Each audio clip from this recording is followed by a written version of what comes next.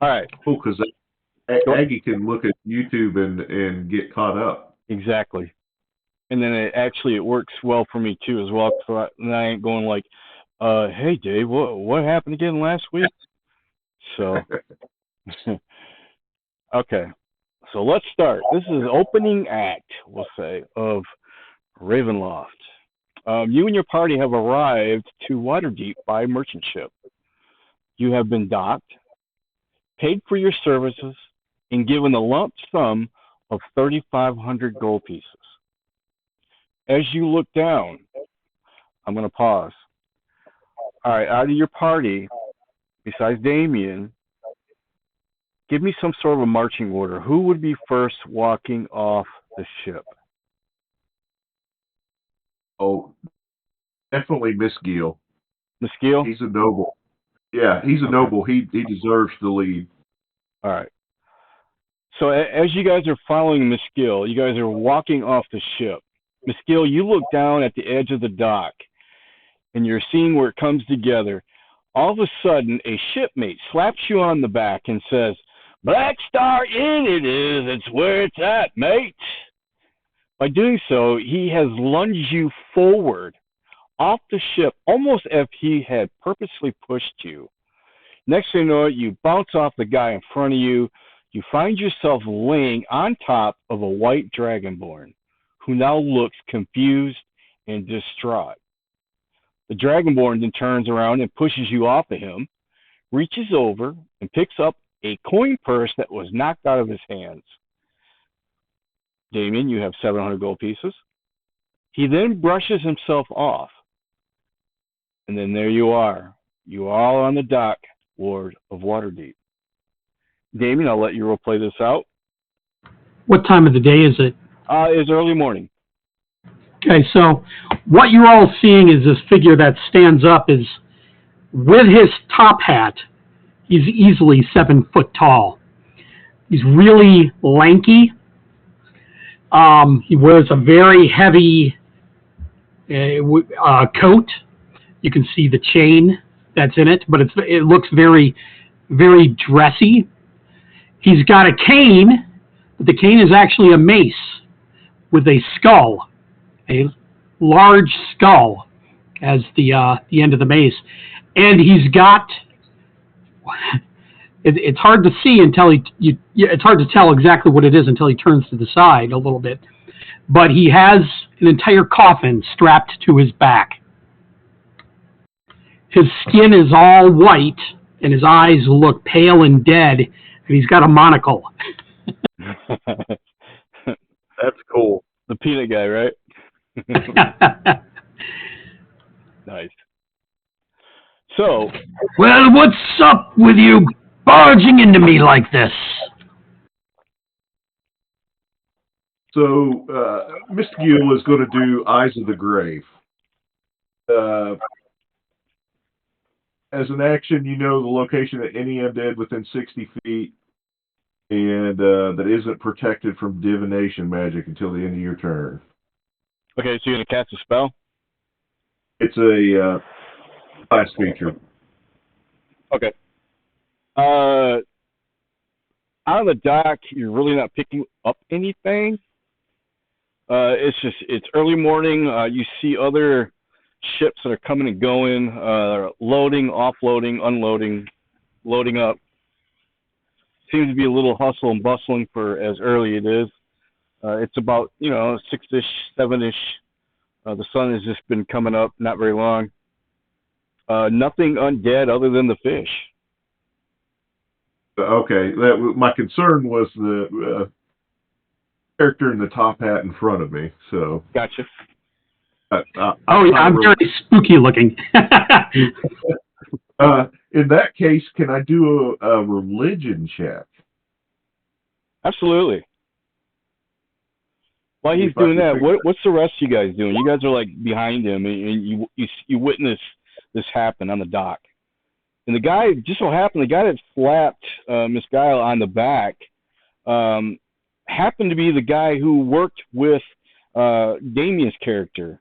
In fact, he just handed him his coinage as he walked up and interacted with Mistgiel. So you kind of look over Damien. He kind of goes one way, and your attention is now drawn on the other people that are unloading off the dock.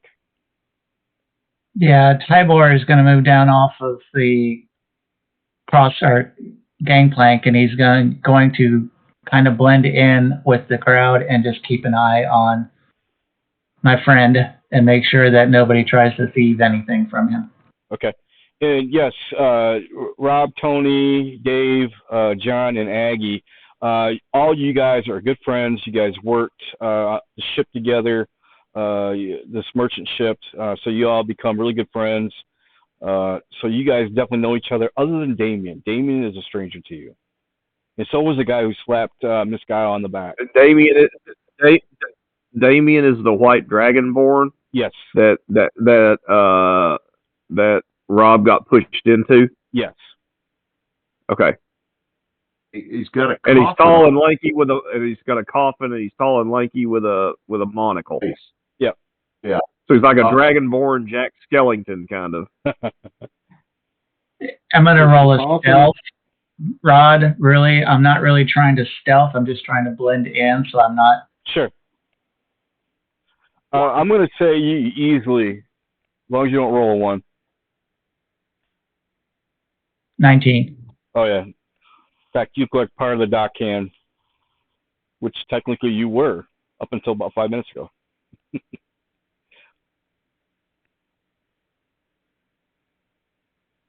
Is this coffin something that he sleeps in, or are we carrying this for somebody else? I don't know. You have to ask him. I think he just did.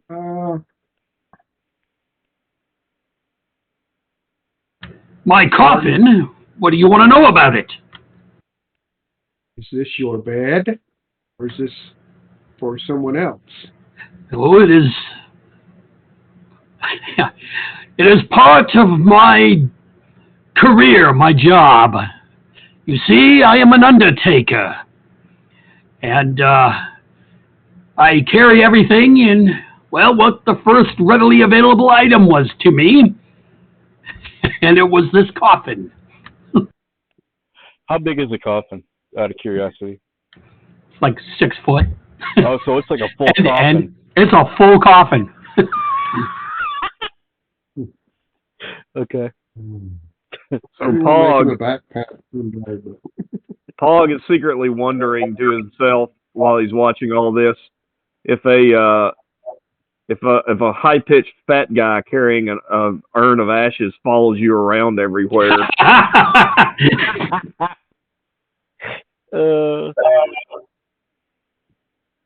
For those of you from the north, that's a pro wrestling joke. Hey, what was that guy's name? I think it's Catholic that has that swinging smoking ball. What's that called? Anybody know? Cincher? I don't know. Or a brazier? Yeah, I'm not sure. It's like a little ball on a chain. They put incense in it, and it's on a chain, and they wave it around. Yeah, that's Catholic. That's I think a brazier or a cincher, depending on what they're trying to do. Okay. It's a sensor, like an electronic sensor. Gotcha. All right. Okay, so there you guys are. You guys are standing on the dock. The ship has drawn up its plank, I guess. What do you guys do? Where's the peasant that pushed me? He's gone. He just kind of slapped you on the back, and it wasn't that he really pushed you. He just wholeheartedly, gave you a love tap, so to speak, and I guess caught you off balance. But he's gone. He's kind of blended in with the crowd, and apparently he's on his way to the, what did I say it was, Blackstar Inn?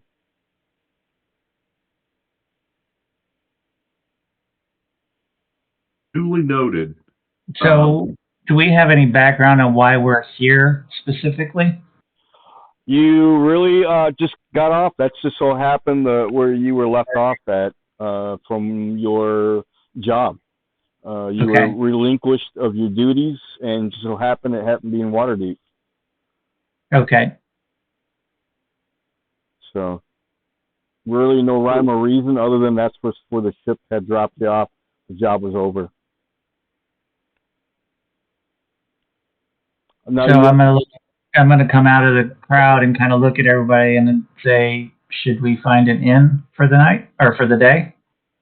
While you're doing that, while you're having this conversation, I have set my coffin on the ground and I pulled out this knotted length of rope and I'm like, I'm running it up alongside your leg and your arm. Like take a measurement? Yes. I like this guy. Nice. Well, it's a pleasure to meet you. My name is Professor Albert von Beckett. You can just call me the Professor. So what brings you to town, Professor? Well, the last town I was in vanished. Completely off the map. And, now I'm just kind of, trying to find out what to do next. So it vanished, but you did not? I was on my way back to town when it occurred. I was in one of the settlements, out in the farmlands, helping bury a grandfather. Interesting. What was the name of the town? Insert name here of the town that vanished and ended up in Avernus. Miss Lake. Booga. What was the town's name, Rod? Where you at now? No, the one that disappeared in It was El Terrell. Rail. Outside of Baldur's Gate.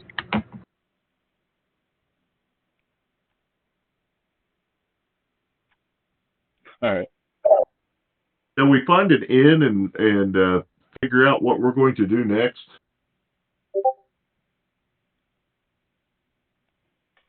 Okay. I think we just got paid 3,500 gold pieces. I think we know what to do next, which is get drunk. That's like 550 per person. 700. Oh, There's 5 of you. Damien was paid separately.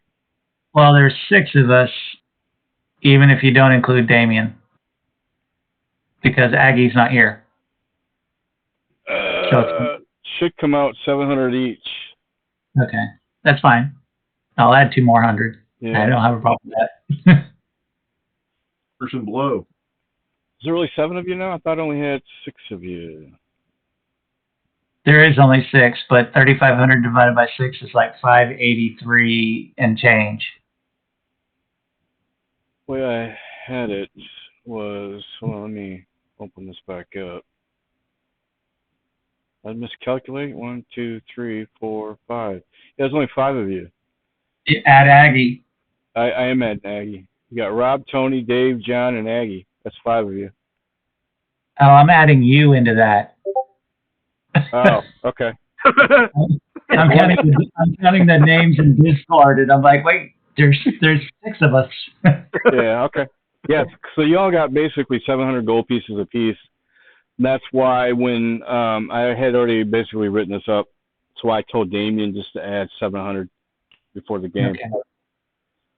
So that way, his cut's not coming out of this. I want to make sure you all had your own 700 gold. All right. No, where do you add that at? Sorry, guys. Inventory. Yeah. And then when you're on the inventory, if you look to the right, you'll see like gold, and right above manage inventory, you'll see like gold and silver. If you click on that. Thank you.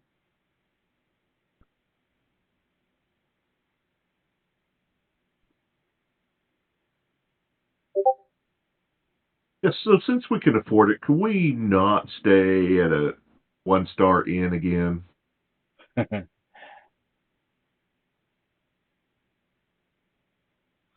I'm fine with that. I'll go over to town's guard or somebody that looks like they're in charge, and I'll ask them for the directions to a decent inn. I'll butt in as he says that and say, "No, we want something amazing."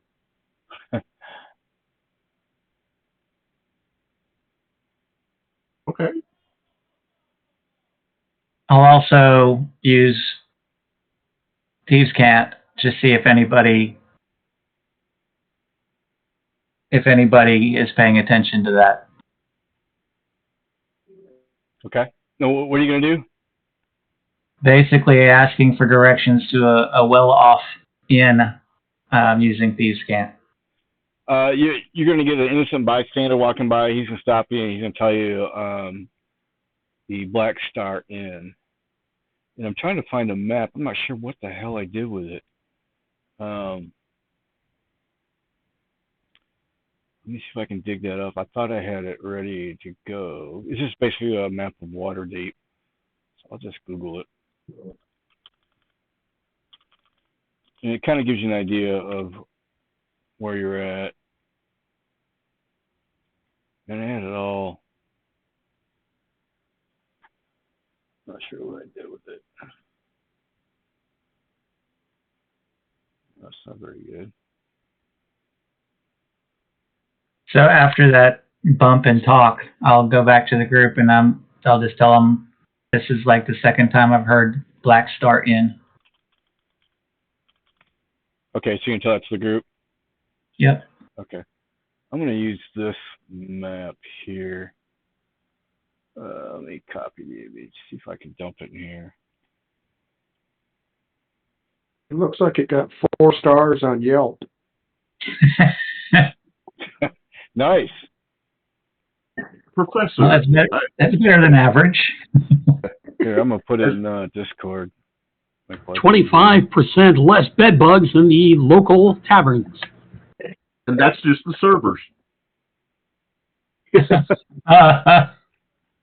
All right, so I'm going to put this in Discord.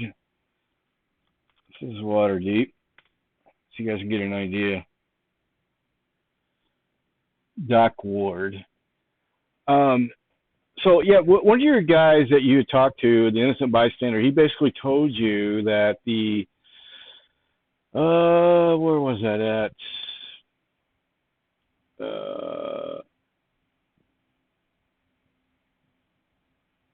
It's on the corner of Gut Alley and Blackstar Lane. And he kind of points off in the direction eastward. It's not a very good map.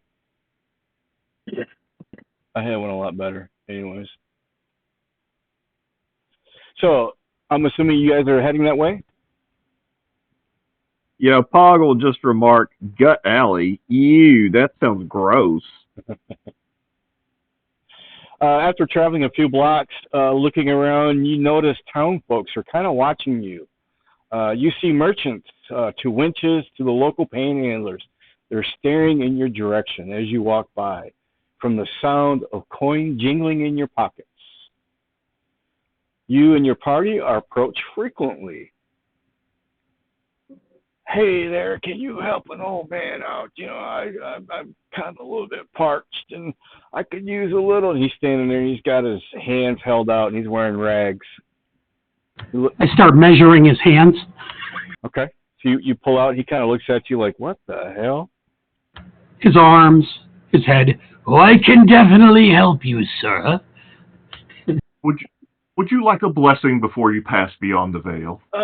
Yes. Is it come in a form of bottle? I think I've heard of it. Is it very tasty? When you die, would you like your organs removed and put into bottles? I can do that.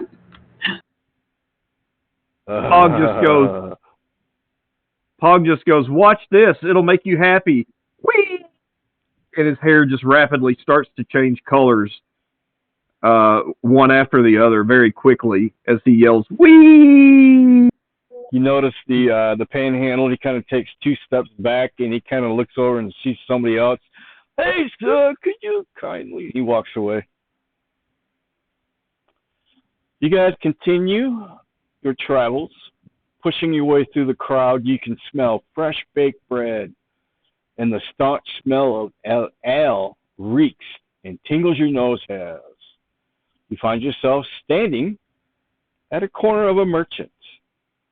Well, sir, you look like you could use a sword. He looks down at your pockets. And would you like to come into our fine establishment of wares? Here's your chance to spend your coinage if you want. Damien, I told these guys to go ahead and have a magical item for a weapon and a magical item as a piece of armor. I forgot to tell you that. Oh, okay. So now would be a good time. Free of charge, of course. And if you see anything you like, just use the normal cost. Got it. So this is a good time for you guys to buy armor or supplies if you want with your newfound coinage. I'm not finding a price on a handy haversack. I would like to purchase a handy haversack. Alrighty. And it's whatever cost it normally is in the player's. It doesn't show a cost on mine. No. No. Okay. It's a wondrous item, so I don't know if I have enough. Let me look in Roll20. Because you can use their, handy haversack, right? One word, isn't it? 2 words. 2 words? Handy and then haversack. Oh. Haversack is 1 word. Yeah. I'll say this is the store where I buy my crossbow +1, which I'd already equipped for my +1. So I'll just say I bought it here for flavor reasons. All right, I'm going to, I've got it. Let me show this. Make sure you guys are purchasing like potions of healing. Where are you guys seeing all this stuff at? If you go to the, in Roll20, the compendium, Uh-huh. and you do a search, it should pop up. But I'm going to try to share this with the group to allow me to do it. Show it. Yeah, there. Well,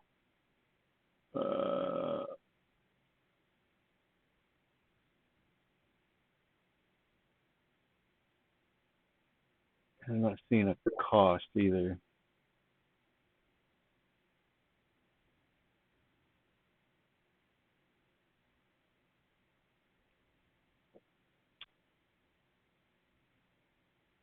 Okay, it's not going to allow me to share it. Okay.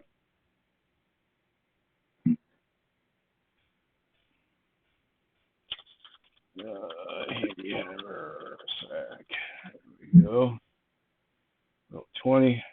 Compendium. Of course, it's the same damn thing I just had up. All right. Let's go back. D&D Beyond. It doesn't have a price in D&D Beyond. Jeez. Neither does the bag of holding. It's like any other retail store. If there's no price, it's free. Right. Wow. According to D20 Pro, it says 2,000 gold pieces. All right, can't afford it then. Let's go to 5e Magic Shop. Yep, 2,000 there. Yeah, I'm seeing 2K. Okay. Then I will hold on that. Well, the merchant says, well, now, if that's a little bit pricey, here's this one. And he pulled out a glad bag. It's got the cinch elastic, and he says, hefty, hefty, hefty. Yeah, no, thanks.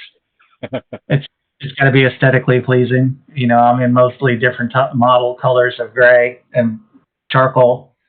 So. Aha. Thanks, but I'll wait till I can find one that I like. Very well. Come back. I would be interested in a suit of half plate that shows off my 6-pack. Well, now, aren't you a high spender today? So he goes over and shows you some half plate. You see a variety of different colors and sizes. And the price? Let's see. It's a half plate. Yep.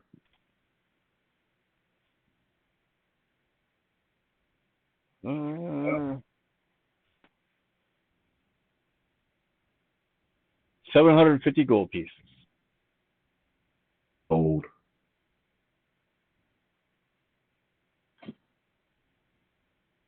Now,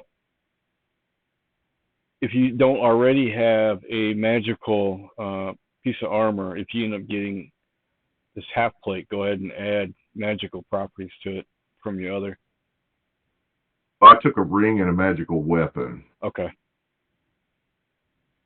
So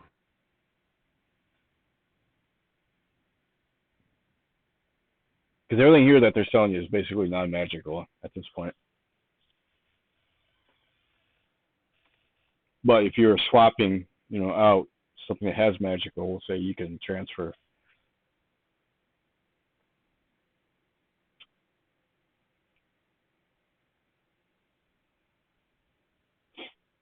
And would you like to buy this set of hide armor? Anything that you sell back at half price.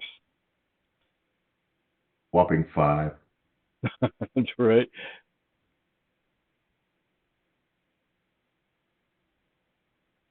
How about healing? Healing potions, absolutely. Step on over here.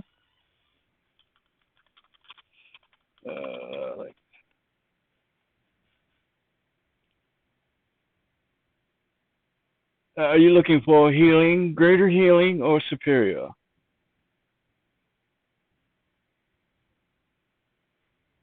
Greater? Greater? I've got it. 100 gold pieces each. Take one. Well spent, sir. I'll take one too. Oh, you have another buyer. Well spent. Anyone else? Yeah, put me down for one. Well spent. Well spent. Yeah, I'll take one. Can you measure this in almonds for me? Almond? Absolutely. He kind of turns his back and turns back around. You hear, there you go. Almond it is. Lovely. Chocolate covered almonds. Ah, very tasty indeed, I bet. Will there be anything else?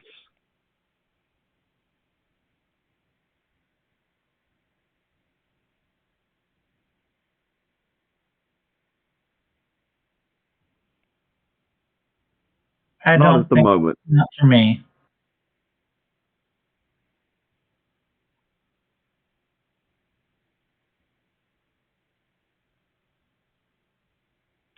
All righty. And what do you guys do? Start or keep heading back to the inn, I guess. Okay. Okay. As you guys push your way through the crowd, again, you are lured by the smell of fresh baked goods, smell of ale. Within a few minutes, you find yourself standing on the corner of Gut Alley and Blackstar Lane. You then see a sign hanging off a building. Blackstar Inn. You hear noise, ruffling, bustling, crowd cheering. It's quite noisy from the outside.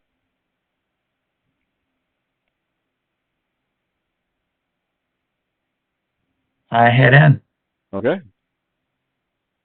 Everybody else follows? Yep. All right. You guys see, your basic tavern. There's stairs leading up. You also see on the other side of the room stairs leading down. In fact, you see a guy carrying, a cask of ale coming up the stairs. He's wearing an apron. He hands it off to a gentleman behind the bar. They both kind of wheel it over to a corner. You can see him sticking a tap in it. He runs back down. He takes his towel that he's got hanging off his waist. He kind of cleans his hands up. He turns and looks. He starts serving people sitting at the bar. The tables it's pretty busy. People are mainly eating. Only a handful of people are drinking. The rough crowd that you see are probably seamen who probably just came in off a fishing trip, so to speak. You can tell they've been up. The people that are eating, they look like they just woke up. They're kind of, eating their breakfast and kicking their day off, reading the newspaper and whatnot. You see a band of sailors kind of off in the corner, kind of talking amongst each other, cheering, having a good time. I'm going to head for a table and then try and get a waitress attention. Yep, you get her attention. She comes over. Order some breakfast. Okay. Whatever they have. They have your typical breakfast: eggs, sausage, bacon. Sounds good. Stones? You say stones? Yes, scones. Oh, yes. Scones. Eggs Benedict. Okay. I'd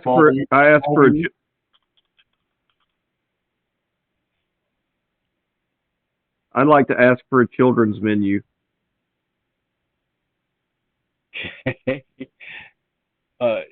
She reaches down. She hands you a piece of paper with a picture and some crayons. My favorite. I'm so glad. I've got crayons. You're not gonna eat those, are you? Super happy. No. You notice it said "Welcome to Denny's" and it has been scratched off with the crayon that she gives you. I am having a piece of bacon with a piece of toast and one egg scrambled, and I am happily coloring my Denny's menu. Okay, omelet your way, bacon and egg.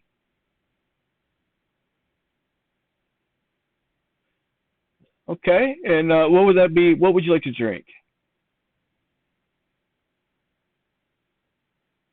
I'll take coffee. If they have it. If not, tea. All right. I'll be Early Temple. We'll say it's about 5 silver pieces for everyone. A piece. All right. You got your Bloodhawk eggs, bacon stuffed bread, bacon and egg sandwiches, omelets.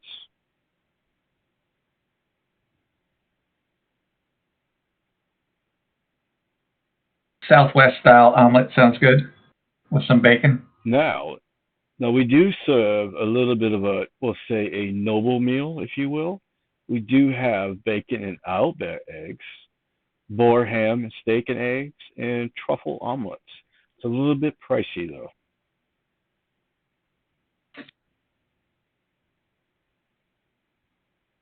I'm just going to say with the regular with some chocolate milk. All right, there you have it.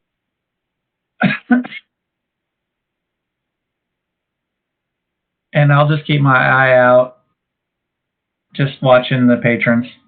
Okay.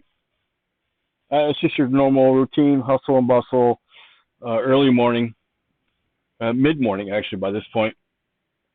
We'll say it's probably around 10-ish, get pretty close to lunch. All right. To a party of seasoned adventurers such as yourself, this is but another dull tavern in another dull town, in some nameless province. It is but another passage of time between the challenges of true adventuring, such as the doldrum of existence, waiting for another opportunity. Outside the inn, as fog lies from the sea, over the town this afternoon, draping everything in its clammy grasp.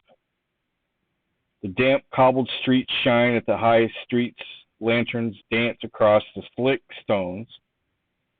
The cold fog chills the bones and shivers the soul of anyone outside. Yet inside the tavern, the food is hearty, the ale is warm and frothy. You notice a fire blazes in the hearth, and the tavern is alive. The tumbling voices of country folk. Suddenly, a hush falls over the tavern. Even the flagons of ale seem to silence themselves. The tavern door swings open. Framed by the lamp-lit fog, a form strides into the room.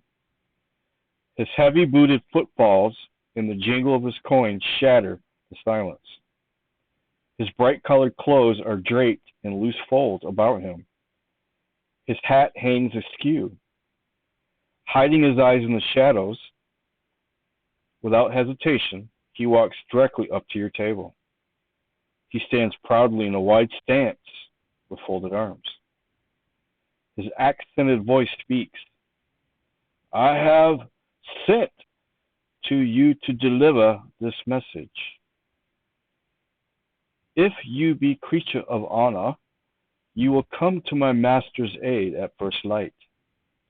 It is not advisable to travel the Slavic woods at night. He pulls from his tunic a sealed letter, addressed to you all by name. You notice that it's in beautiful, flowing script. He drops the letter on the table. Take the west road from here, some 5 hours' march down through the Slavic woods. There you will find my master in Barovia. Amid the continued silent stares of the patronage, the gypsy strides over to the bar and says to the wary barkeep, fill the glasses, one and all. Their throats are obviously parched. He then drops a purse heavy with gold on the bar. With that, he leaves. The babble of tavern voices resume. Although somewhat subdued, the letter is lying before you, dated yesterday. The ink, oddly, is not dry, but the parchment is crisp. The seal is of a crest you do not recognize. What do you do? Head over to the bartender and get a glass of bourbon on the house. Okay. And then ask him for a bottle. Okay. He looks just as shocked as you are. He kind of looks around and it finally catches up to him and he hands you the bottle. And he hands you a glass of bourbon. Says, enjoy. So I'll take the glass back to the table and I'll slip the bottle in my backpack. Okay. Now I have 3 bottles of bourbon in my backpack. Okay. Add it to your inventory. What does the rest of you do? I continue coloring my children's menu. Okay. Is the professor with us? He is. Your phone was right. I'm assuming he's been traveling with you guys. We were eating last time I saw it. I just happen to be going this way anyways. There you go. So, can anyone else read? So you guys can open read. the letter? Yeah, Mistgiel will. Okay. You pop open the seal. It crumbles. You get a little bit of smudge of ink on your finger from the opening of the letter. As you open the letter, it reads, Hail to thee of might and valor. I, a lowly servant of the township of Bavaria, send honor to thee. We plead for thy so desperately needed assistance with our community. The love of my life, Irina Kolana, has been afflicted by an evil so deadly that even the good people of our town cannot protect her. She languishes from her wounds, and I would have her saved from this menace. There is much wealth in this community. I offer all that might be had to thee and thy fellows, if thou shalt be answer my desperate plea. Come quickly, for her time is at hand. All that I have shall be thine. Kolan Idovich, Burgomaster.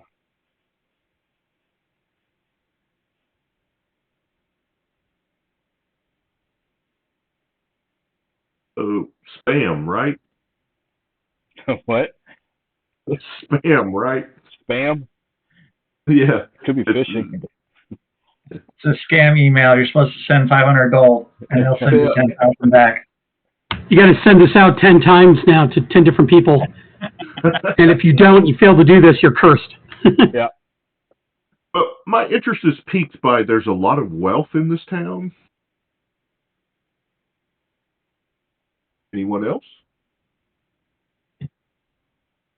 I wonder if the town has got a need for an undertaker. Take the letter and turn it on the back and start drawing a blue stegosaurus.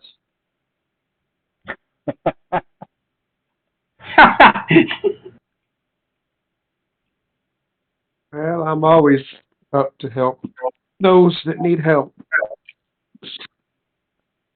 All right. The guy told us to wait till the morning, though, Yes. because the nighttime travel down that road to the west is fraught with danger at night. Yeah, I'm To up for a quote good night's Castlevania sleep. 2, to quote Castlevania 2, Dracula's curse. It's what a horrible night to have a curse. Don't travel at night. Well, shall we take a long rest? I will go find the barkeep and try and get a room for the night. I will do the same. Okay. Yep. The room here are very nice. One gold piece will get you a very nice room. Work for me. And they have its own liquor. Oh, okay. I'll give him a gold. Take a room. Yep. That Mistgiel. includes breakfast as well. Continental? Continental breakfast. Nice. All right. Biscuits and crackers.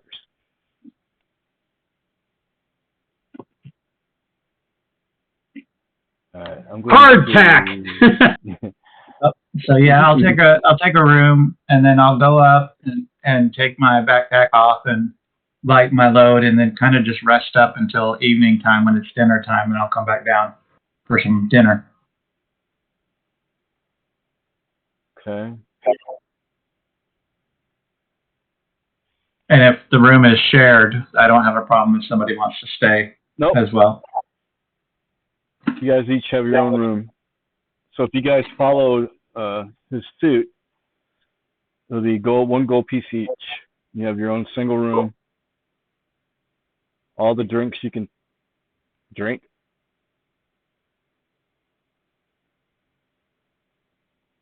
Sounds good. Each sleeping out in the barn. Yeah, absolutely. I could have swore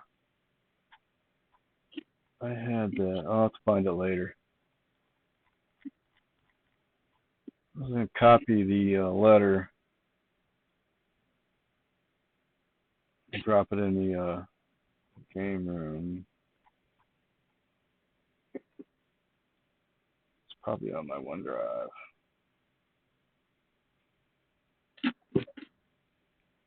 Okay, so everybody else is following suit. Is that what you're doing? Yep. Okay. Yeah. If you want a lesser room, be 50 gold, no booze, no breakfast. 50 gold? Or, I'm sorry, half.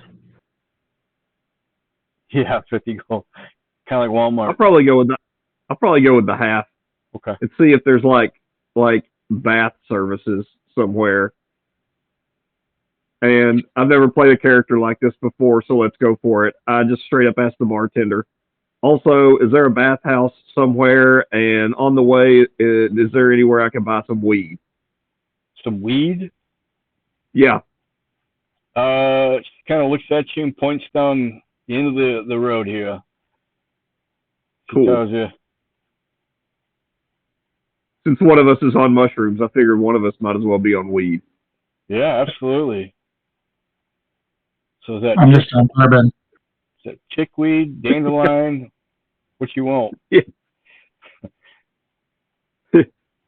This is going to be this party's going to be a mess by the time we get out of this. Yeah, sounds like it. All right. Let's go this route. All right, let me drop this in the Discord channel.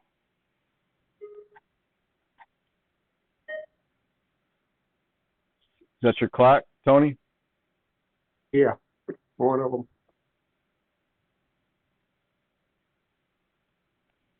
One of them. 8 o'clock. So what I'm gathering, all is well. Okay, there you go. You guys can. That's the letter. All right.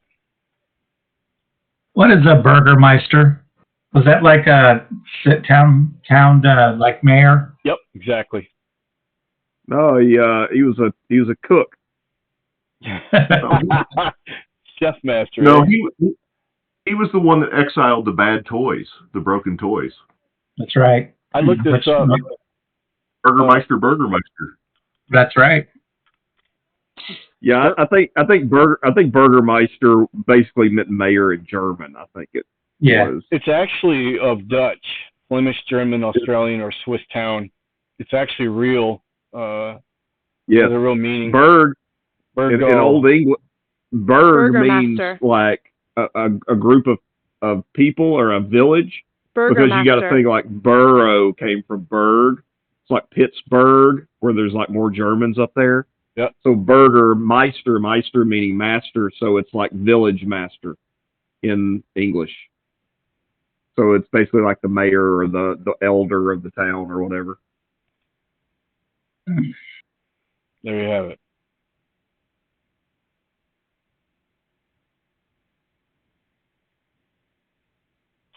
All right, so we're going to switch. Let me know when you all are packed up and ready to go. I'm going to ask the barkeep if he's ever heard of this community. He's not sure. He tells you he's never heard of it.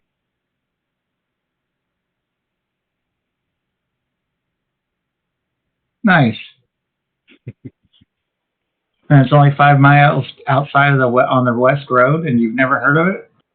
5 hours. I'm not really sure. 5 hours, not 5 miles. Oh, 5 hours. Yeah. So, right, West of Waterdeep. Yeah. Walking, what? 15 miles more? Could be.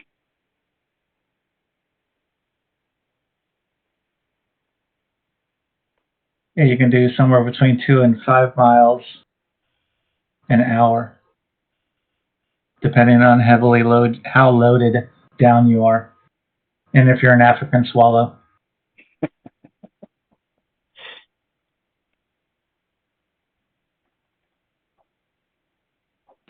Before I go to bed for the night, I will have gone down to the inn and paid for some stabling, and I would have cast Find Steed and summoned a black horse.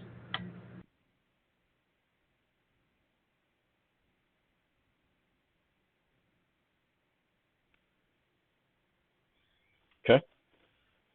I think reading back, I think it's a 5-hour trip through the forest.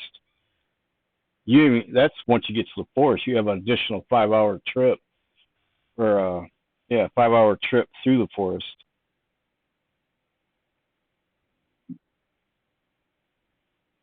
So that's at least, 10 hours then. So we need to leave like at first light, or we're going to be getting there in the dark. Yep. I'm floating on a cloud, just levitating and smoking one of those cool long pipes like Gandalf. Take the West Road from here.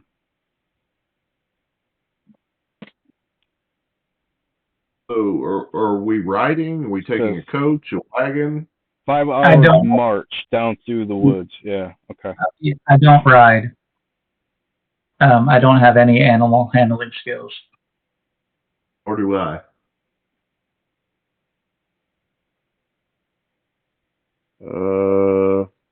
Do I? Do we still have the cart with the mushroom Yeah. person is in? No, remember we showed up on a ship. Yeah. That was just a tire kicker. Okay. You're kicking the tires wanna- on your tunes. Perhaps we should hire a coach.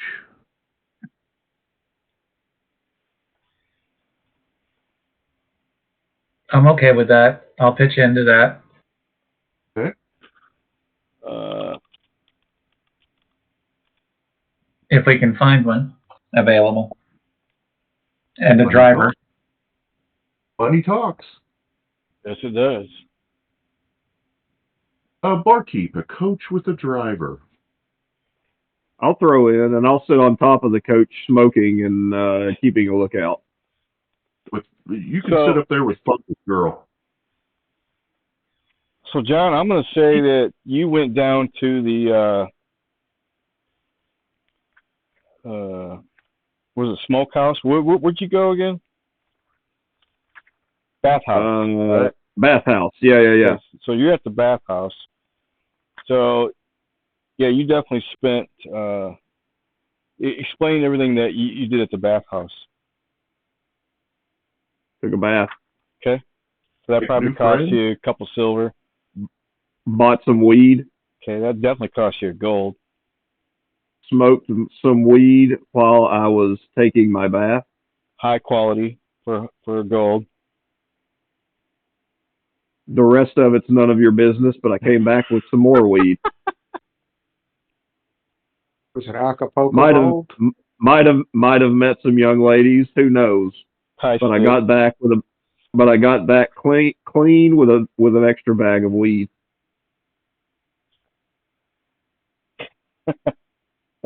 But, by the way, I'm going to have taken some of the mushrooms off of Mushroom Girl and study them from an alchemist standpoint Okay. and see what I can dilute out of them. You definitely can make some sort of a hallucinogenic for sure. All right, well, I'll mix up a couple of batches of hallucinogenic juice. So Gin we're and a juice. couple hours. We're a couple hours into this party, so we've got an alcoholic, a psychonaut, and a pothead. Is what we've established so far.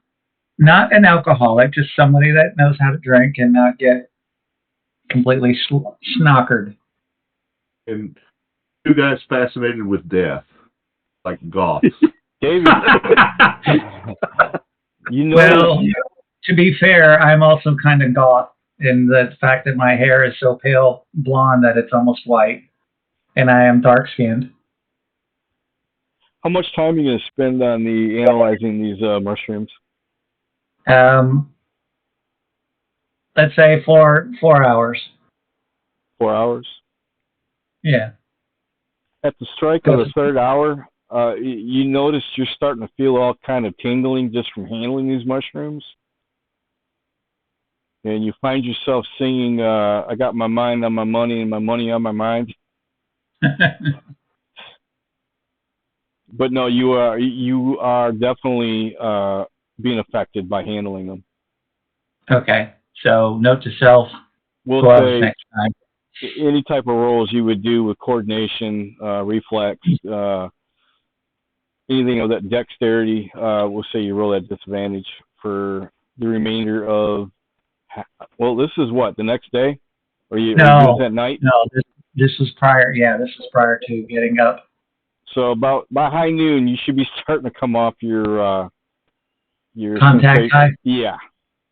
All right. Yeah, as soon as I started to notice that I was starting to get a little bit of funny buzz going on, I would have put on gloves. Okay. To handle it. So are you trying to accomplish some sort of a tincture, maybe?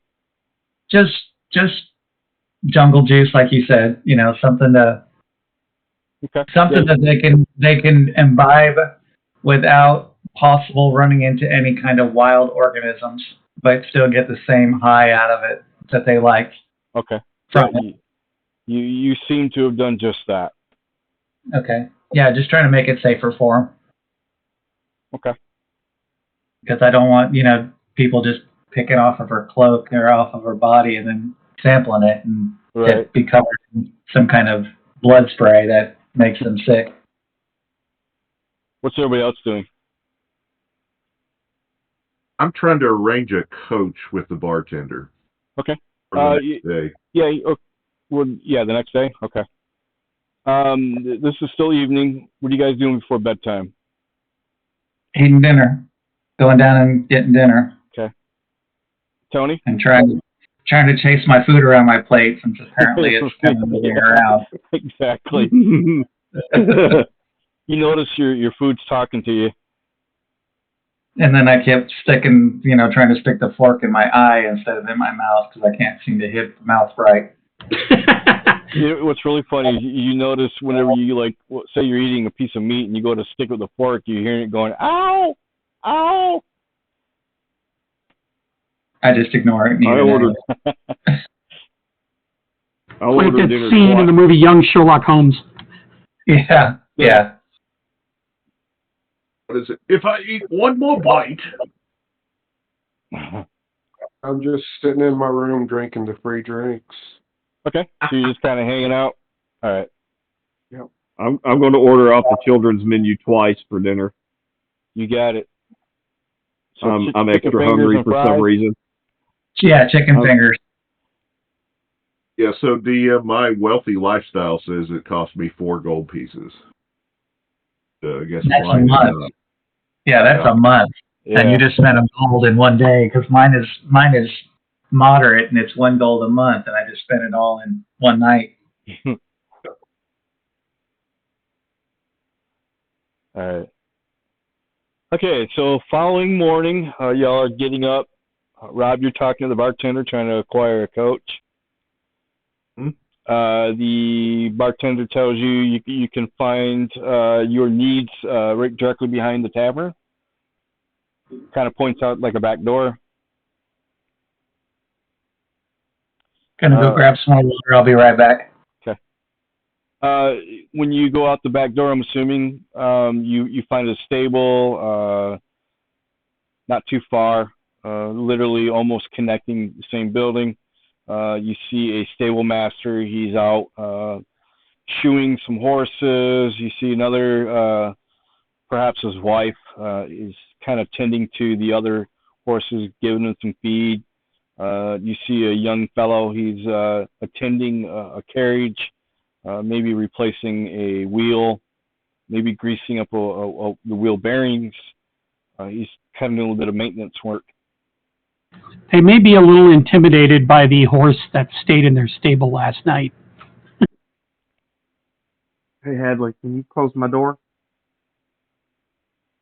Oh, good, sir. Yeah. Talking to the stable master, we require a coach with the driver, for at least a day. Ah, okay. I'm sure we can accommodate. Where are you heading? West. West, okay. About how far?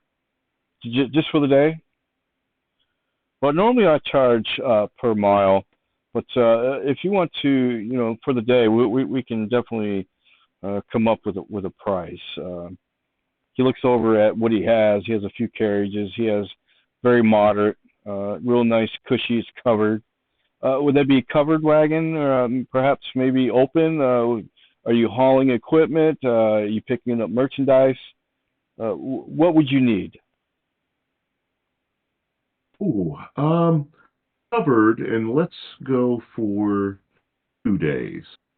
2 days, okay, excellent choice. Yes, I have a really good steed right here we can use.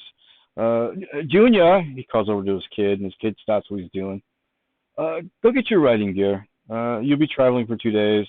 Will you be serving any type of food? Because I will require you to have some sort of nourishment for my son. Absolutely. Okay, we'll add that in there. Okay. Let's see. Well, it costs probably, let's say 50 silver. Oh, not a problem. So I'll hand over the gold. 5 gold. Gotcha. So you give him 5 gold? Yep. Okay. He takes it. He smiles. Puts it in his teeth. Like he's checking the back. Your son's name? It's Jonathan. Have Jonathan pull up to the front of the inn, please. Absolutely. Absolutely. Give him about 15 minutes or so. Sure. Excellent. So Jonathan, he goes and gets his gear. He gets his horse, gets set up. And what's everybody else doing? So is this the next morning then? Yes. I guess eat breakfast. Okay. Pretty much the same thing that you guys had was being served. And then head out to the wagon. Yeah, breakfast was included in the price of the room, too, so. Yep. So Mistgiel will come in and go, all right, a riot is up front. Great. Professor, you're welcome to join us. Oh, I appreciate it, but with my size, I'll stick to my horse. And this, his horse is this big black war horse that's got these white paint on it that's like the skeleton of the horse itself painted on the outside. Ooh, fantastic. You will be our outrider. Pog is going to sit on top of the carriage roof, smoking his pipe and just keeping a lookout. Og, keep the fungus dwarf from falling off the roof. I'm going to strap her to the back. I'm tired of dealing with her. Put her in a barrel. I'm going to tie her down exorcism style. I'm just going to climb in and wait. Yep. Mistgiel is too. Okay. So you guys are all in the wagon. Everybody's loaded up. Got all your equipment. Got all your gear. It would be a coach. Who's got the letter? I'll keep watch out the back. Okay. Who has a letter with them? I didn't take it. I've got it because I'm still working on my dinosaur. Okay. Excellent. Your Stegosaurus, was it? Yep, blue Stegosaurus. So the ink that stuck to Mistgiel's finger, was he able to wipe it off? It's smeared. When you seem to have made it bigger but thinner, so it's like smeared. Now it's like almost like it's on your finger. Interesting. He's going to go to Pog. Smell my finger. Pog says, check it out, smell mine. And he's waving to 2 girls that are waving at him across the street from the bathhouse as we're pulling away in the carriage. Ooh. Well, the question is, are they waving back? They are. They're waving at me first, and I'm just waving back, smoking my pipe. You paid them to wave, did you not? What's that? You paid them to wave, did you not? In certain ways. You'll hear Tibor say, he paid him for something anyway.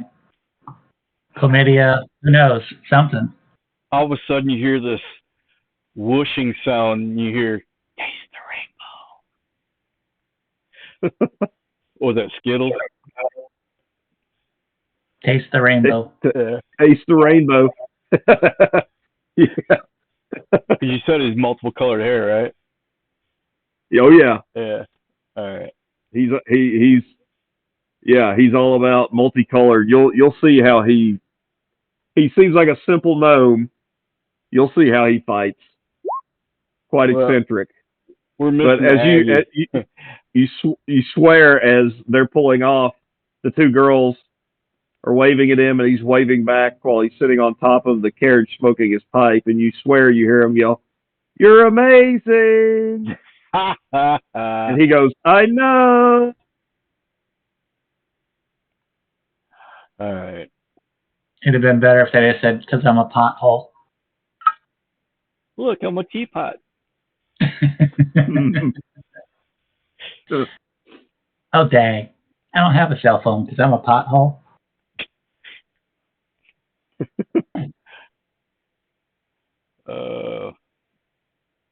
All right. Oh, I just changed the map. You guys should now see the map of the land of Bavaria. Got a black screen. No matter how far I zoom out, I'm not seeing it, so you probably got it hidden under a layer. Or did you post it? It's in Roll20. Okay, yeah, I'm not seeing anything other than a black screen. Anybody else? I'm getting all Same. kinds of things loading underneath the loading on Roll20. Anybody else? I It just see a black refreshed, screen. but it refreshed to a black screen. Yeah, mine just said hatching dragons, mapping dungeons. Well, it sounds like you got kicked out and you're logging back in. I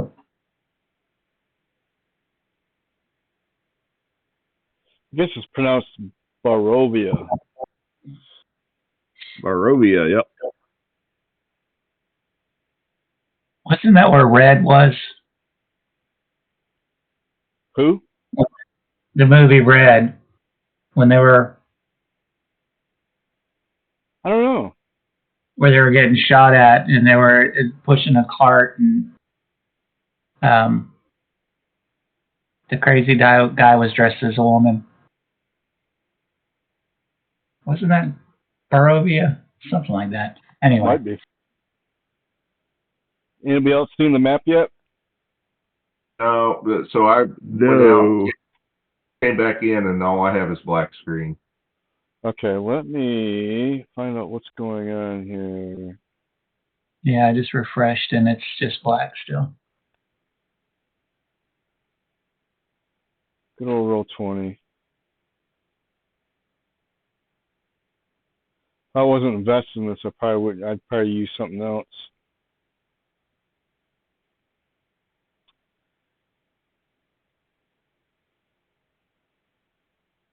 Where is that? I know there's a spot where I can refresh.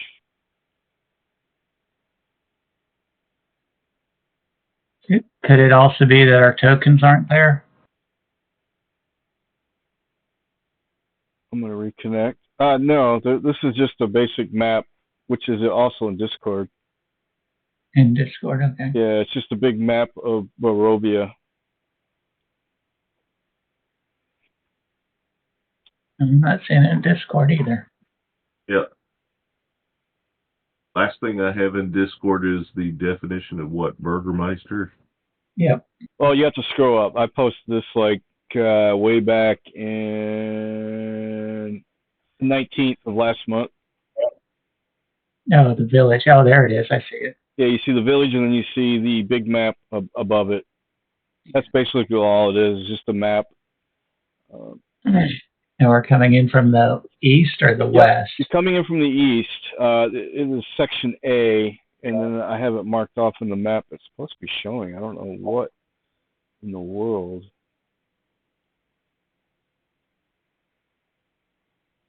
Huh. It's just black, huh?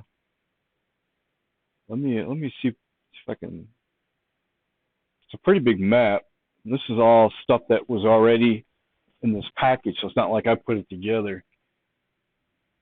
There shouldn't be anything in here. Okay, let me see if there's something else that we're missing.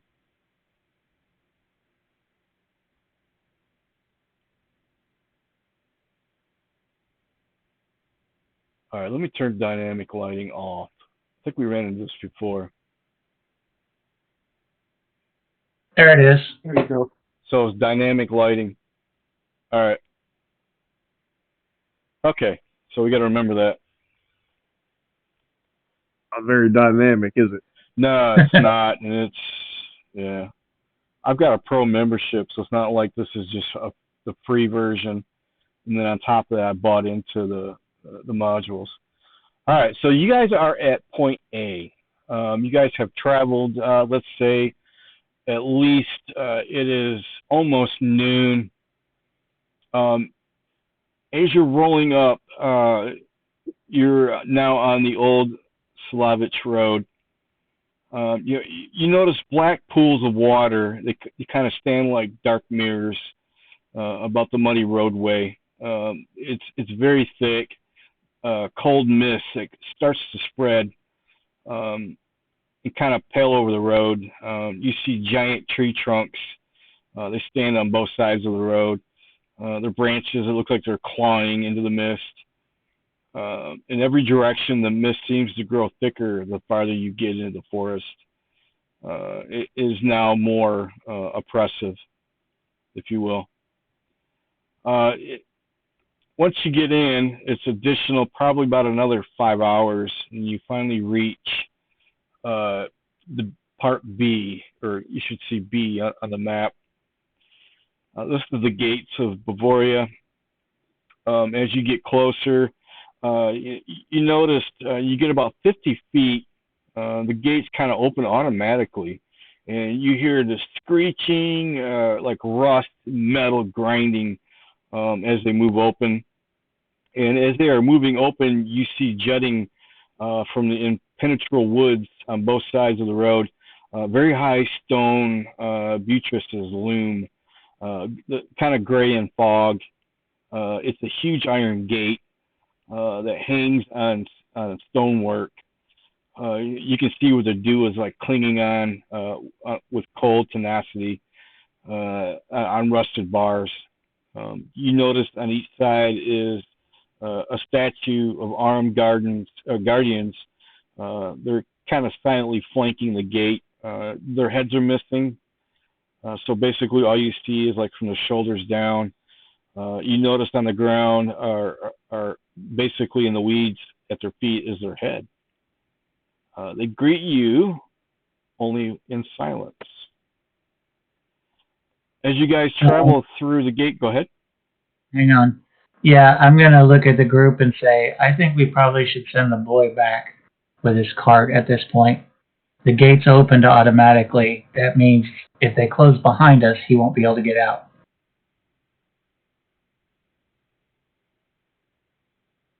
I'm okay with that. With him not being able to get out, or with sending him back? I'm sorry. With sending him back. We paid for his services for 2 days. Yeah, I think we have him turn around and go back, and we just continue on foot. Well, he looks at you and he tells you, well, when do I know to come back? He seems really scared. Don't worry about it. Yep. We will not need your services. Okay. You have fulfilled your contract at this point. You notice he kind of jumps off the coach area. He's in the back. He's literally like slinging your shit off the back of the coach or the carriage. He seems to be in a bit of a hurry. He's just basically chucking it on the ground. In a matter of minutes, he seems to have emptied the back contents of the carriage. In fact, his feet never touched the back of the carriage to the seat. As he leaped forward into the seat, grabbed a hold of the reins, and he snaps. And as he does like a U in the road, he's gone. Yeah, that's one less death on my conscience. I think he shat himself. Yeah, he was kind of smelly. That's also why I sat at home. And you thought that was Pog's finger. Oh, Paul, did you get this fungus dwarf off the coach, or is she gone? No, we got her off the coach. I got her. You notice that Pog is sitting like cross-legged, floating in the air on a cloud that is swirling rainbow colors, and every time he like exhales from his pipe, the smoke seems to waft underneath him and gather underneath and join in the smoke cloud that is levitating him. Okay.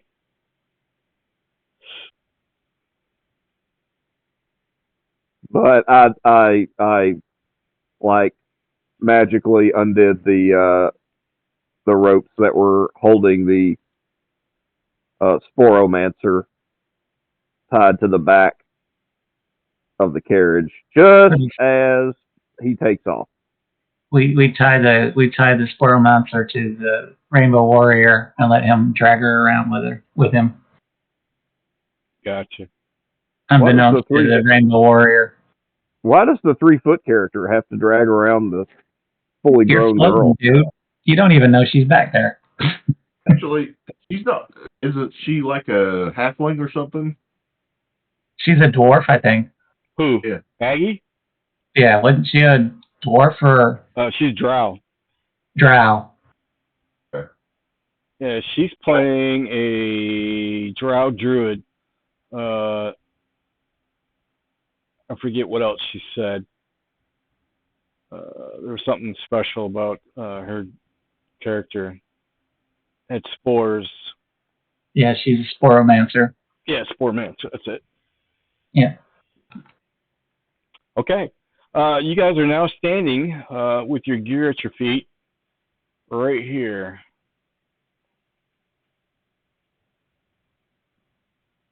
So what do you guys do? Go through the gate, I I guess. didn't see that. Where are we? Right here. Oh, okay. Cool. Yeah. Basically on this side of the gate. Gate's open. I'm not anything either. What map am I supposed to be seeing? Are you? Yeah, it should be the one on roll 20. Yeah. There's a big giant map. Right. You guys are over just in front of B. Well, we're not seeing the alpha characters on the map. It's all blank. So if you go to the Discord map, it actually says the name of the road in the woods and things like that. But this one, if you look at this, that's where the name of the woods is in that, and it's covered by these clouds. So, and then this is where the name of the road is, but it's covered by clouds. All right. So we're at the gate right here where I'm clicking black. Yep. Yep. I go through the gate. Okay. You guys are going through the gate? Yep. Yeah, I'm following, but I'm still on my horse. Okay. As you guys go through the gate, you start hearing the screeching sound of the gates closing behind you. See, I knew it. Yep. Good call on the coach. Okay. Everybody roll me a perception.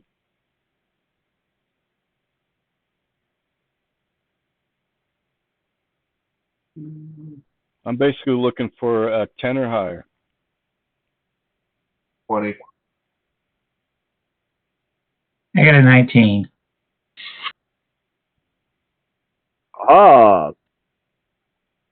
Pog has the perception aided by marijuana Aha. with Got a 22. 19, got a 16, got a 20, 22, and 11. You all made it. You all have an eerie sense something is not right. As the gates are closing behind you, you have a feeling of uneasy. Something does not seem right. And as you turn and put the gates to your back and you guys move forward, the air seems to get thicker. The fog is now pretty thick, but what's really odd is around you, it's not. It's almost like you're in a bubble, but yet you're not in a bubble. Does that make sense? So as you move forward, you can see the fog, but it's not around your body. Like, you can't touch it. It's not like if you're out like on a foggy day and you can feel the moisture, kind of clings on you. You're not getting any of that.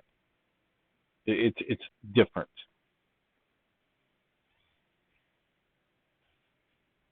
Okay. Okay. All right. Guys, Pog's getting paranoid. Pog's getting paranoid. Pog's getting paranoid. Fire it up, Sparky. Kind And of he pulls out.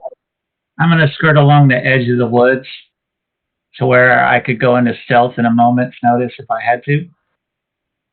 And just keep moving forward All right. cautiously. You guys travel about an hour. Every now and then, it almost seems like it's an over forecast day.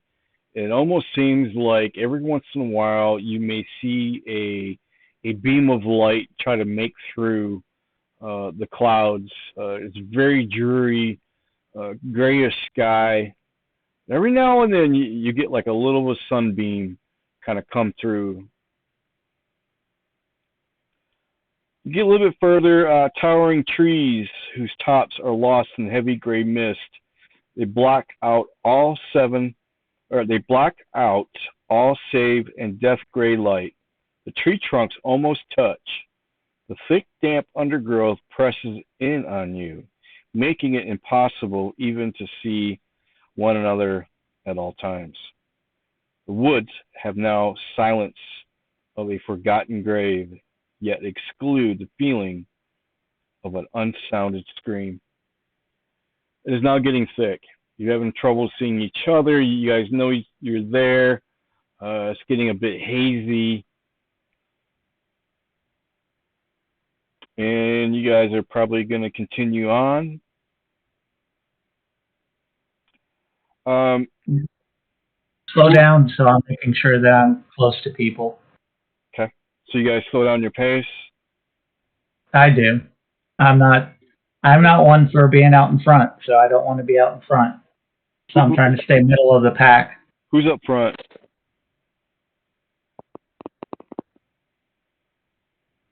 What's your guys' I'll marching be order? close to the front. Okay. So the horse, Paladin, are you out front leading the... Yeah, I think so. Okay. So we have the Paladin, then we have the Barbarian, and then whichever follows behind him. I'll be next. So, Damien, what is your character doing? Are you just kind of strolling through like no big deal? Yeah, that's pretty much it. I am not really paying attention to everything around. Gotcha. All right, let me see what your passive perception is. Wrong PC. That mouse doesn't work. I wrote it 12. down. Yeah, 12. Okay. Roll me a perception. I'm looking for a 15.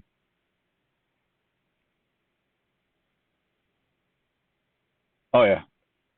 You, out of the corner of your eye, you notice some feet. They seem to be jetting out from underneath some brush off the side of the road. Oh, look, we may have a body in the road. This is my lucky day. As you spot these feet, these legs, your horse stops abruptly, out of your control. Just stops, halts, seems a little nervous. Kind of lets out a neigh. It rears back just a little bit, not enough to throw you off. It definitely seemed to be spooked. Well, this is odd, because my horse isn't really an animal. So for it to be spooked, it's a bit odd. Should probably take a look at this. And Before you can do anything, you start hearing sound come up from behind you. It sounds like the clatter of multiple steeds moving at high speed. You hear some squeaking. Definitely, as it gets closer, you have no doubt it's like some sort of a buggy. You can't quite see anything because it's very thick, very cloudy. As it gets closer, it gets louder, obviously, and when they go by, you notice a carriage, very black. It has lanterns hanging. on the sides of each corner. The steeds are black as night. They come trouncing by you. Their eyes, when you look up, their eyes seem to be red. They almost you swear they're glowing, like a glowing red look to them. And he's moving pretty quickly, but as he gets closer to you, it starts to slow down a little bit. Not crawling, but it's slowing its pace, and it's tromping, and it goes by you. And as it goes by you, you notice in the window of this carriage, you see a shadowy figure that looks like they leaned forward and peered out the window, and they kept going. You couldn't make out a face. You don't know what it was, other than you know it was a head, some sort of a head of a human. At this point, they're not the only one with red glowing eyes. All right. They hit a button and Visine falls out. Mistgiel was going to do Eyes of the Grave again. Look, action of undead within 60 feet. Okay. Yeah, you definitely are picking up all kinds of stuff, and it's not just the carriage. It's not even the horses are definitely glowing with undead. You're getting a sense. In fact, it's like going off the radar. You don't know if it's just malfunctioning, if you're getting a bad reading because of the fog and interference. Your results are pretty haywire-ish. So he's going to look at the professor and say, "Everything is undead." Oh dear. And definitely the bodies are showing up dead, or the body. So I slide off my horse, and what you all notice is he takes the coffin off of his back, he sets it down, and he removes the lid.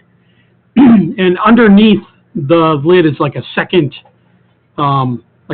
panel, keeping it closed. But he then attaches the coffin lid to his left arm.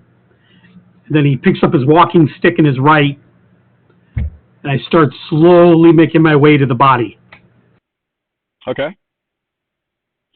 So he uses the lid of the coffin as a shield. Oh yeah. That's pretty badass. Yeah, it is. As you approach the body, I'm moving up that way with him, but I'm letting him take lead by about 10 to 15 feet. You notice the body. You really can't see much, maybe from the calves down to the feet. One boot is missing. You notice one pant leg from the end is pretty shredded from a bare leg that's and foot you see. But that's all you can see right now. It's covered with brush.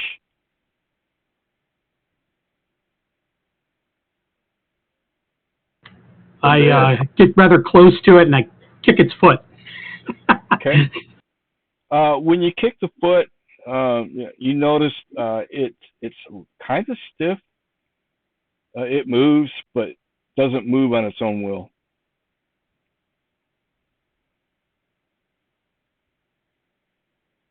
This may be really just dead.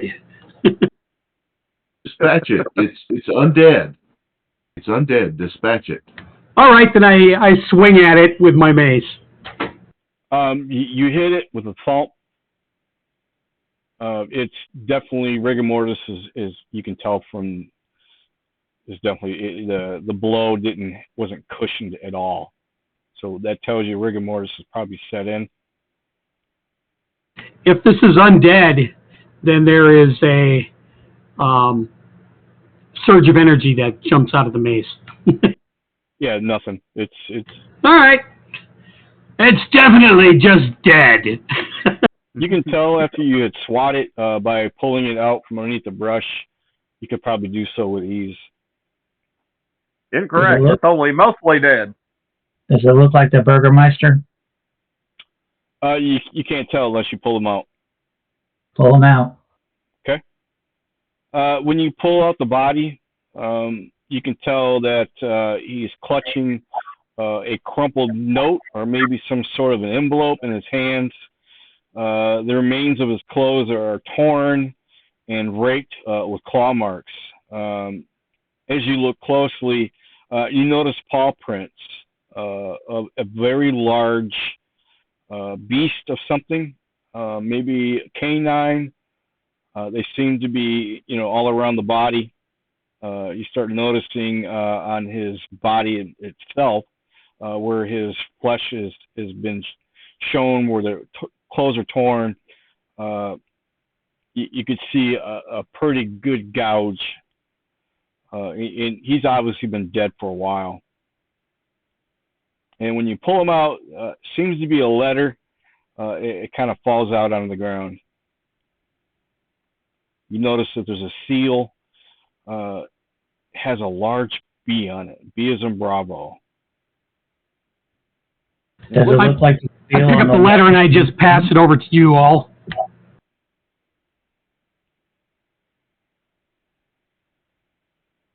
Does the seal look like the one from the previous letter that we got? Yep. It kind of looks similar. So Mistgiel will say, hand it over, and he'll open it and read it. And read it out loud. When you open up the letter, it reads, Hail thee of might and valor. I, the burgomaster of Bavaria, send you honor with despair. My adopted daughter, the fair Irina, has been these past nights bitten by a creature calling its race a vampire. For over 400 years he has drained this land and the lifeblood of its people. Now my dear Irina languishes and dies from an unholy wound caused by this vile beast. Yet I fear, too, that the creature has some more cunning plan than mine. He has become too powerful to be fought any longer. And it continues. So, I say to you, give up for dead and encircle this land with the symbols of good. Let holy men call upon their power, that the evil one may contain within the walls of weeping Bavaria. Leave our sorrows to our graves and save the world from this evil fate of ours.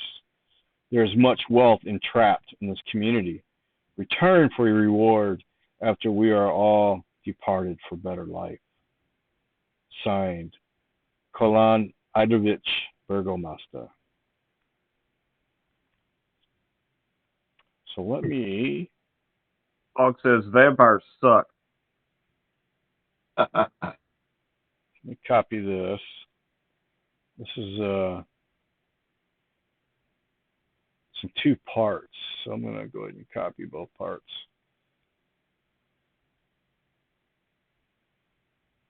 And then I'll dump it in Discord.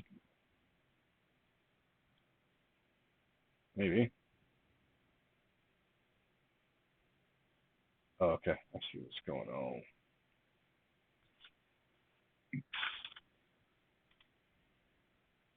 Okay, there's the first part.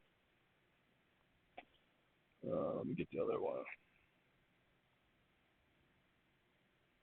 So,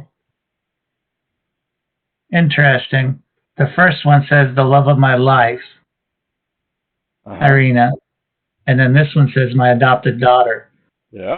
So is this like in West Virginia? I don't know, man. Is it Woody Allen? Yeah. Oh boy. Oh.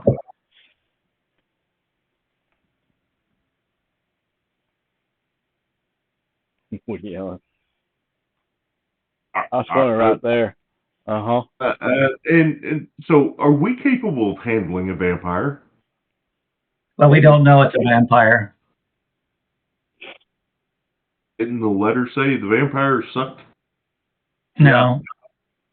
Or is bitten by a creature, so that we can narrow that down to maybe at least a couple of things, though. Yes, werewolf. Yeah, like in Were rat, were anything. wear something, a vampire, Ghoul, or ghoul, Ghast, ghast, Revenant. technically zombie. But it says growing in power. I would probably say probably not a zombie. Zombies don't really grow in power. They're just kind of big, dumb lugs. But like a werewolf could grow in power, a vampire could grow in power, and I'm not sure about a ghast or a ghoul. I guess they could. You guys hear a lone wolf cry in the distance.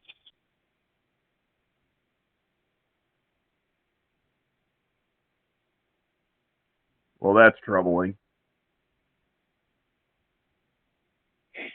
This corpse doesn't look like the burgomaster that we saw. You've never seen the burgomaster, so you're not sure.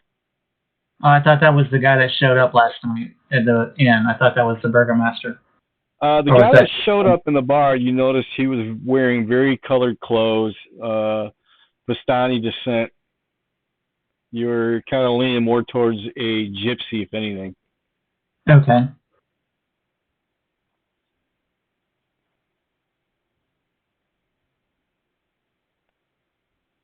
So I'm going to study the face. Okay. And the body and the girth and everything. I'm going to be joining you in this investigation. And then I guess search the corpse as well. You find nothing in the corpse, other than his basic clothing that's been torn to shreds. You find some pocket lint. Maybe you find few pieces of silver. There. There we go. So I'm committing the form and size to my mental database.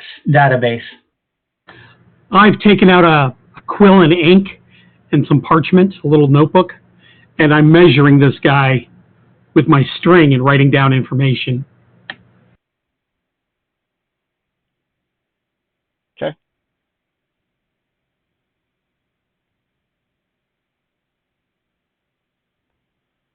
You guys probably make it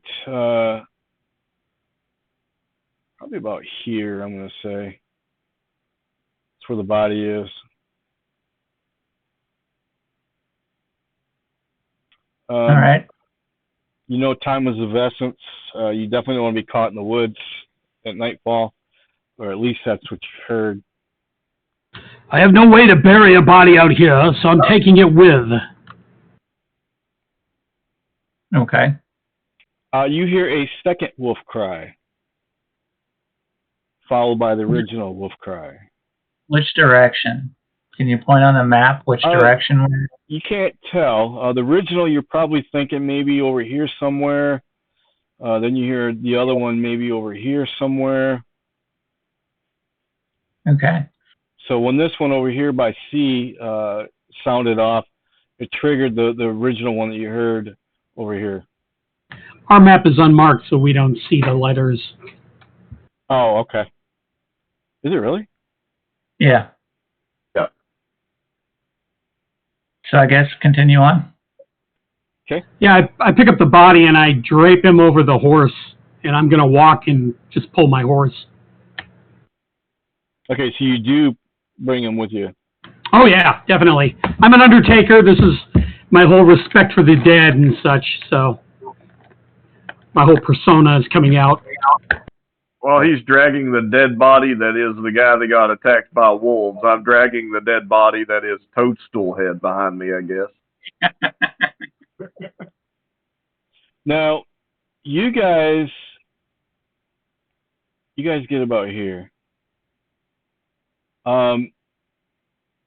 Approximately a few feet in front of you, you start coming upon a silhouette, an image of a body, standing, a person standing in the road. by themselves. You just see the outline of a body. Seems to be wearing some sort of a cloak. You can see it moving in the wind. The fog is making your vision pretty obscured. It's hard to tell. Just think of it like thick smoke kind of going in and out. So you're not getting a full visual. And then next thing you know, you are getting a visual, and then next thing you're not. So it's kind of in and out. It's almost like blurred vision, if you will. In fact, you all kind of wonder if you're actually seeing what you think you're seeing. Maybe it's just wind blowing. It could be anything that making this figure. And as you get even closer, as quick as it came in, it's gone. It's not there no more. Kind of sounds like par for the course for this group. In fact, you may be getting a little eerie because there's not much sound. It's getting rather quiet, other than like the wind blowing. It's not blowing really hard. It's just enough where you hear leaves rustling on the ground in the forest. You are starting to pick up sounds of twigs snapping off in the distance. Maybe a large creature of something could be out in the woods. Nothing that's really giving any hesitation that could be anything dangerous other than the wolf cry that you heard earlier. I'm assuming you guys continue on. Yep. I do. As you continue on, you do see the silhouette again. This is further up the road. You're hearing more wolves howl. This time you are now picking up at least 4 different wolf cries. You're getting 2 on each side of the road. And it's almost like they are communicating between each other. And you're hearing twigs crunch, leaves chatter. You're hearing all kinds of commotion on both sides of you in the woods. Who has dark vision or low light? I do. Okay. I do. So Tony, I think, is the only one that doesn't. Or Rob, does your character have low light? I'm sorry, have what? It has dark vision, yes. Okay, you have dark vision? Okay. Yeah. Other than being obscured by the mist, it is getting kind of dark. It's not nighttime by any means. However, it is getting closer to nighttime. It just seems to be becoming more and more over forecast. It's almost like you get the sense that the skies could break open and start storming, but it's not. There's no moisture. It's not raining by any means. There's no lightning, nothing of that nature. It's just gloomy and dark. And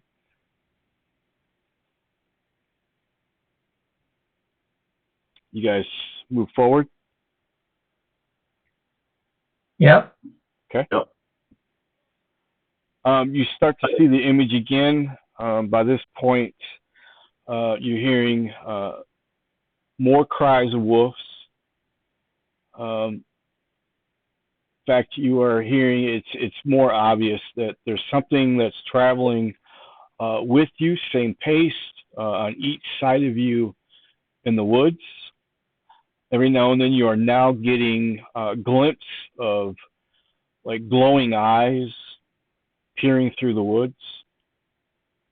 And whatever's out there is now traveling at your pace. If you stop, it stops. You begin to hear snarling sounds, growling sounds. Where's Shepard when you need him? What do?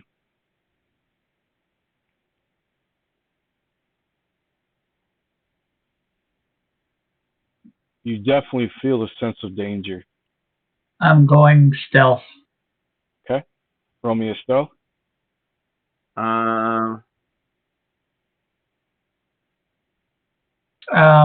going to bump that by a D8.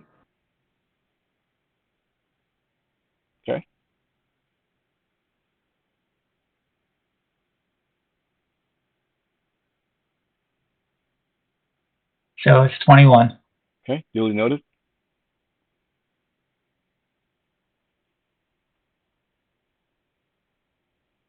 I'm going to prepare for a coming attack. Dragonborn, we don't tend to have any dark vision, Yeah. but the mace I have puts out 20 feet of bright light, Okay. and then an additional 20 feet of dim light beyond that.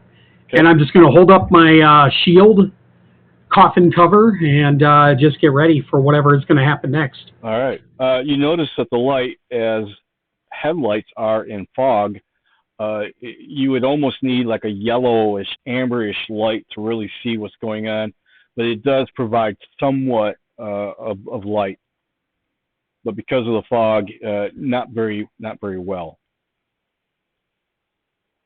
Let me. Podcast mage armor real quick. Okay. On himself. Tony, what do? You're sensing danger. You are pretty intimate that all hell could break loose at any minute.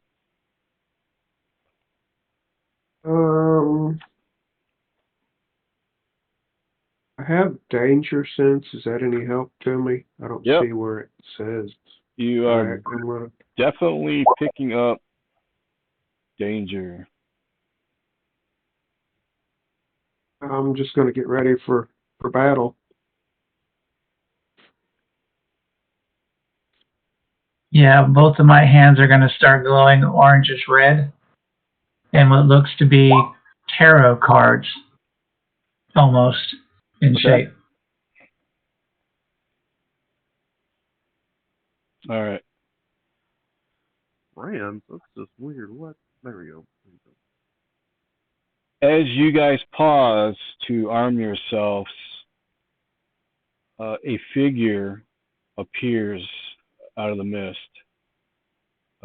He's dressed in black. You can't make out a face. You can't make out anything. He seems to be having some sort of cloak that's kind of draped, hiding his face, if you will. You spot a couple beady eyes. They seem to glow. There is no facial features. There's nothing to make out. You really don't see anything other than the outline of a body. And then all of a sudden, in front of him comes out 5 huge-looking beasts. And we will pick up next time with Aggie, and we'll roll for initiative, and we'll begin to battle. Out of character, these are direwolves. If your character has never seen a direwolf, you have no clue what it is. If your character has encountered a direwolf before in the past, you'll know what it is. Fair enough? Excellent. Yep. Sounds good. We will end the session here. I've never seen a dire wolf before, so these are new to me since I'm a city boy. I'm going to go ahead and stop the recording.